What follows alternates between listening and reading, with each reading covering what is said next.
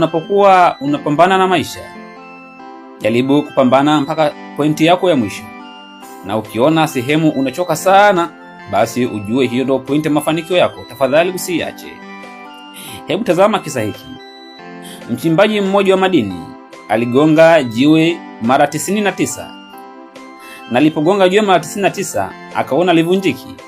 Akaamua ni bora achane nalo, kwa sababu akasema kuliko kupoteza muda kwa ajili tu ya dhahabu iliyopo ndani ya jiwe hilo, aliamua kuleta jiwe hilo akalitelekeza.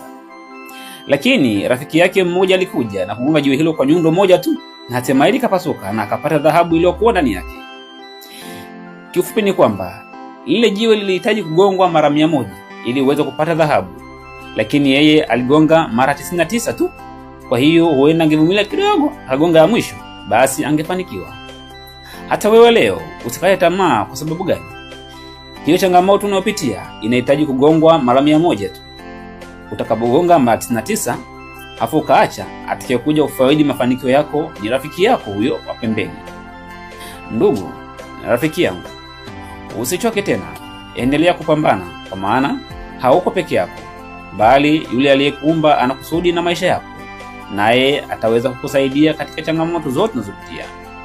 Kikubwa ambacho nakusihi katika safari hii ya mafanikio, rafiki yangu, siku zote hakikisha kwamba una upande wa kuegemea.